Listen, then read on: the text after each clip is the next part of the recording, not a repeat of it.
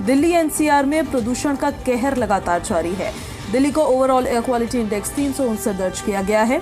दिल्ली के कई इलाकों में 400 के पार एयर क्वालिटी इंडेक्स पहुंच चुका है, जहां जहांगीरपुरी में 424, मुंडका में 401 है, आनंद विहार में 408 है, नेहरू नगर में 408 है, नजफगढ़ में 352, द्वारका में 344 है, नरेला में 381 और अलीपुर में 386 दर्ज किया गया है।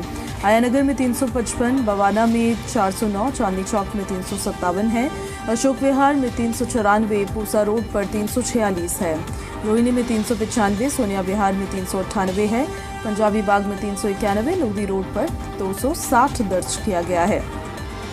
तो दिल्ली की हवा में अभी भी जहर है, प्रदूषण का ये कहर है और दिल्ली की पब्लिक इसी दमघोंटू हवा के बीच में रहने को मजबूर है। दिल्ली में हवा कब साफ होगी, अपने आप में एक बड़ा सम के भरोसे बैठी हुई है। थोड़ी और हवाएं चलेंगी तो शायद एयर क्वालिटी इंडेक्स में और सुधार देखने को मिलेगा। हालांकि जो मेजर्स लिए जा रहे हैं, ग्रैब 4 के तहत पाबंदियां लगाई गई हैं। दिल्ली में कई पाबंदियां लगी हुई है। एयर क्वालिटी इंडेक्स ज़रूर अब 400 के नीचे पहुंच चुका है, लेकिन सुप्रीम कोर्ट के ये सख्त निर्देश हैं कि भले ही एयर क्वालिटी इंडेक्स कम हो जाए, ग्रैब 4 की पाबंदियां नहीं हटेंगी। दो तस्वीरें हम आपको दिखाते हैं, कर्तव्य पथ और कनॉट प्लेस से ये तस्वीरें हम आपको दिखा रहे हैं। जहां कर्तव्य पथ से आपको इंडिया गेट नज़र नहीं आएगा, तो वहीं कनॉट प्लेस में भी आपको धुंध नज़र आएगी। विजिबल है ये धुंध, एक तरीके से देखा जाए दिल्ली का सेंटर है ये जो तस्वीरें हम आपको दिखा रहे हैं। लुटियन जोन है, सबसे पॉश, सबसे हाई फाई इलाकों में से एक। सबसे ज़्यादा यहाँ सुरक्षा होती है, सबसे ज़्यादा यहाँ पर स्प्रिंकलर्स चलते हैं, एंटी मोबाइल स्मॉग ड्रिल्स चलती है, लेकिन स्थिति देख सकते हैं आप किस तरह की है। हालांकि कनॉट प्लेस में उतनी ज़्यादा धुंध नहीं है जितनी इंडिया गेट पर नज़र आ रही है। तो वहीं लोधी रोड और भीकाजी कामा प्लेस की तस्वीरें भी हम आपको दिखा देते हैं। ये प्रदूषण तो विजिबल प्रदूषण है।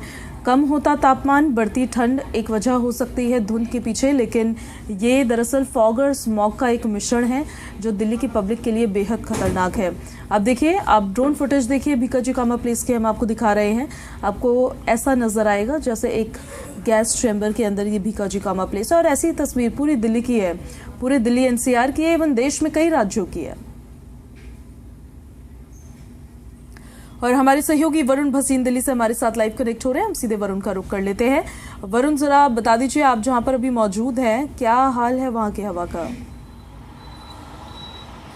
जी बिल्कुल, देखिए जिस तरीके से आपने बताया कि जो पॉश इलाके हैं, यानी कि जहाँ पर बहुत बड़ी जनसंख्या रहती है, दिल्ली के सेंटर दिल्ली, न्यू दिल्ली से लेकर सभी जगह की तस्वीरें हमने अपने दर्शकों को दिखाई। तो अभी मैं लुटियंस जोन की ही तस्वीर दिखाने की कोशिश करता हूँ कि किस तरह से एक लेयर हमेशा इस वक्त वातावरण में बनी रहती है। दिल्ली वालों को अगर बहुत से अगर जो बाहर से लोग आते हैं वो इस लेयर को खासतौर पर बहुत आसानी समझ चुके हैं, क्योंकि दिल्ली वालों को तो अब क्या है कि इस चीज़ की आदत हो चुकी है। उनको समझ में नहीं आता है कि किस तरह का जहर इस वक्त दिल्ली में है, और वो उनको सांसों के जरिए अंदर लेना पड़ रहा है, क्योंकि ये लेयर लगभग पूरे साल रहती है। लेकिन जब ये मौसम आता है, यानी कि जैसे ही टेम्परेचर डाउन होता है, तो ये लेयर विजिबल भी हो जाती है। अभी हालांकि फॉग की ऐसी स्थिति नहीं बनी है, तो ये जिस तरीके की अभी जो लेयर है वो प्योर एक स्मोक है, जो टेम्परेचर के कारण डिस्पर्स नहीं हो पा रही है, स्कैटर नहीं हो पाती है, और ये यहीं पर यही पॉल्यूटेंट से यहीं पर रह जाते हैं, यानी कि वो लेयर में नीचे 40 से 50 फुट में ही रह जाते हैं, और उसके बाद समस्याएं शुरू होती हैं, चाहे वो बीमारियों से जुड़ी हो, या फिर आप देखिए कि किस तरह से जो इस वक्त हालात दिल्ली में बन जाते हैं। लोग घर से बाहर निकलते हैं, आंखों में जलन है, लोगों को इस वक्त जो पहले से गंभीर बीमारियों से पीड़ित हैं वो परेशान चल रहे हैं, अस्पतालों में लाइन लगना शुरू हो जाती है, यानी कि एक आपातकाल की स्थिति दिल्ली में हर बार हर साल पिछले लगातार 10 सालों से इसी तरह से आ जाती है। और आज की AQI की अगर मैं बात करूं तो वो 360 के आसपास है, लेकिन 360 400 उसके बीच में दिल्ली के अलग अलग इलाकों में कहीं पर 450 भी है।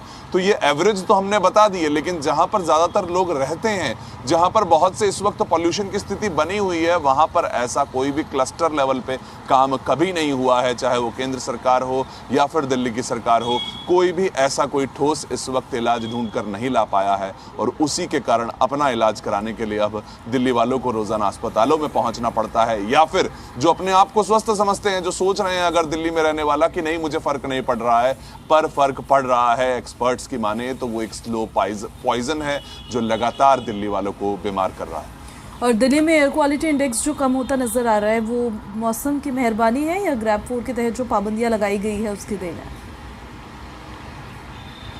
बिल्कुल देखिए, आप सही कह रहे हैं कि ग्रैप 4 तो सिर्फ पॉल्यूशन को कंट्रोल करने के लिए, यानी कि वो जो 400 450 पहुंच चुका है उससे ऊपर ना हो पाए, इसीलिए वो ग्रैप 4 के इंप्लीमेंटेशन हुए हैं लगभग, और उसी का असर दिखता है कि हाँ 400 450 के आसपास है। और जब जब हवा चलती है तो वो AQI हमें 350 दिखता है, और जैसे ही जब हवा रुक जाती है तो वापस से वो 400 450 का, यानी कि दिल्ली ने एक जो रेंज है वो 350 400 के AQI की पकड़ ली है। वो तो अब गनीमत रहे कि अगर हवा चले तो हम 300 पे पहुंचेंगे, और हवा नहीं चले तो हम 400 के आसपास घूमते रहेंगे, और अगर ग्रैप 4 भी ना लगाया जाए तो शायद हम 400 से 500 के आसपास भी पहुंच जाएंगे, यानी कि 600 के आसपास भी टच कर जाएंगे, जो कि बहुत से इलाकों में होता भी है। ग्रैप 4 इंप्लीमेंटेड है, लगातार नजर रखी जा रही है। अगर 4 दिन अगर इसी तरीके से रहता है तो शायद ग्रैप 3 पर भी जा सकते हैं, क्योंकि 300 के आसपास इस पर AQI है, लेकिन बहुत से अलग अलग इलाके हैं। ग्रैप 4 सिर्फ एवरेज के तौर पे इस वक्त तय होता है, लेकिन अभी भी जो हालात हैं वो मुश्किल है, और मौसम विभाग का कहना है कि आने वाले दिनों में तापमान तो कम होगा ही, जो कि 9 से 10 डिग्री के आसपास रहने वाला है,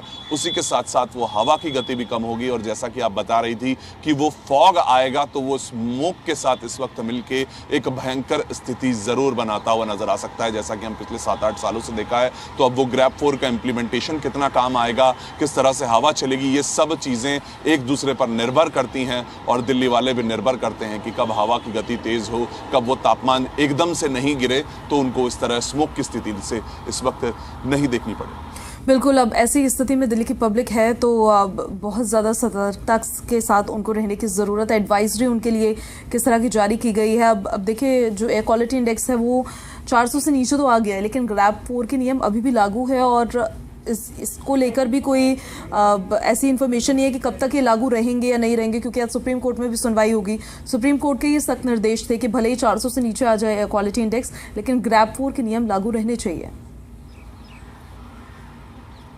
जी बिल्कुल, देखिए, क्योंकि सुप्रीम कोर्ट के पास हर तरीके का रिकॉर्ड है। अगर पिछले 10 साल की हम बात करें तो यही स्थिति हमेशा होती है, और आनन फानन में ग्रैप 4 1 2 3 4 सब लगाए जाते हैं, लेकिन उसके बाद फटाफट हटा भी दिए जाते हैं। और यही हमेशा एक गलती होती थी, जो कि हर बार जो फॉर्मूला अपनाया गया था कि 400 के नीचे आएगा, और अगर लगातार 2 दिन रहता है, यानी कि 48 घंटे के आसपास रहता है, तो वो ग्रैप 4 से 3 में ला दिया जाएगा। लेकिन इस वक्त मॉनिटरिंग जो है वो सुप्रीम कोर्ट ने साफ तौर पे क्लियर किया कि आप लोग जो सिर्फ एक फॉर्मूले के तहत काम कर रहे हैं उसको एक मानवीय तौर पे काम करें, क्योंकि वापस से हर साल 3 से 4 दिन बाद वापस से वही हमें देखने को मिलता था कि वापस से पॉल्यूशन 400 के आसपास पहुंच जाता। तो सुप्रीम कोर्ट ने सबसे पहले तो इस चीज को सही करने की कहीं ना कहीं कोशिश करी कि देखिए, आप लोग ध्यान रखिए, आप लोग सिर्फ फॉर्मूले के तहत मत चलिए, आप काम करिए, आप ग्राउंड की स्थिति को समझिए। आप अपने कमरों में जो जितने भी इस वक्त हम बात करें, जो आम आदमी पार्टी की, भारतीय जनता पार्टी जो आपस में सड़कों पर हमें जरूर नजर आते हैं, तो केंद्र सरकार, राज्य सरकार अपने कमरों में एयर प्यूरिफायर लगाकर कमेटी की मीटिंग्स तो कर रही हैं,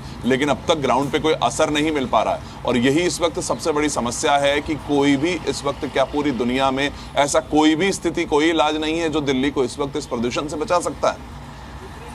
और क्या इसके पीछे वरुण, ये एक बड़ा कारण नजर आता है कि ये नियम तो लागू कर दिए जाते हैं, लेकिन उनका इम्प्लीमेंटेशन प्रॉपर्ली नहीं होता है। क्योंकि देखिए, ग्रैप 1 लागू किया, उसका इम्प्लीमेंटेशन प्रॉपर्ली हुआ होता तो 2 की ज़रूरत नहीं पड़ती, 2 को प्रॉपर्ली किया होता तो 3 की ज़रूरत नहीं पड़ती। तो क्या ये भी एक बड़ा फैक्टर है इसके पीछे?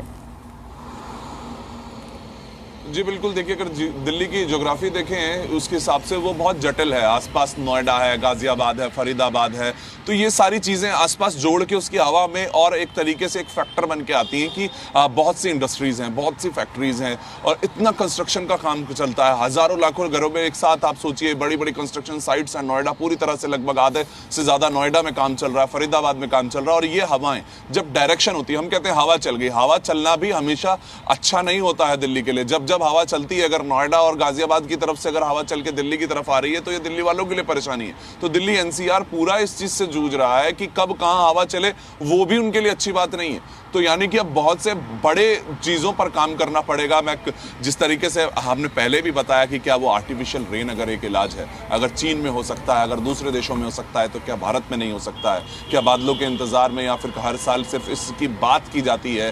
क्यों पिछले 4, 6 से 7 साल में इस चीज पे काम नहीं हो पाया है? ये अपने आप में बड़ा सवाल है। क्या सिर्फ अब ग्रैप 4 ही हमारे पास, ग्रैप 3 ही, ग्रैप 2 ही एक इलाज रह गया है कि हर साल पॉल्यूशन तो होना है, हम सिर्फ ग्रैप 1 2 3 4 लगाकर अपना इस वक्त काम कर लेंगे। और सबसे इम्पोर्टेंट तो ये है कि इंटेंशन होनी चाहिए, न सिर्फ राज्य सरकार की पर केंद्र सरकार की भी, वो दोनों सेम पेज पर आए, एक साथ बैठ के कोऑर्डिनेशन में काम करें और इस समस्या का समाधान निकालें। लेकिन उसकी कमी बहुत देखने को मिलती है। वरुण, आपका बहुत शुक्रिया इन सारी जानकारियों के लिए।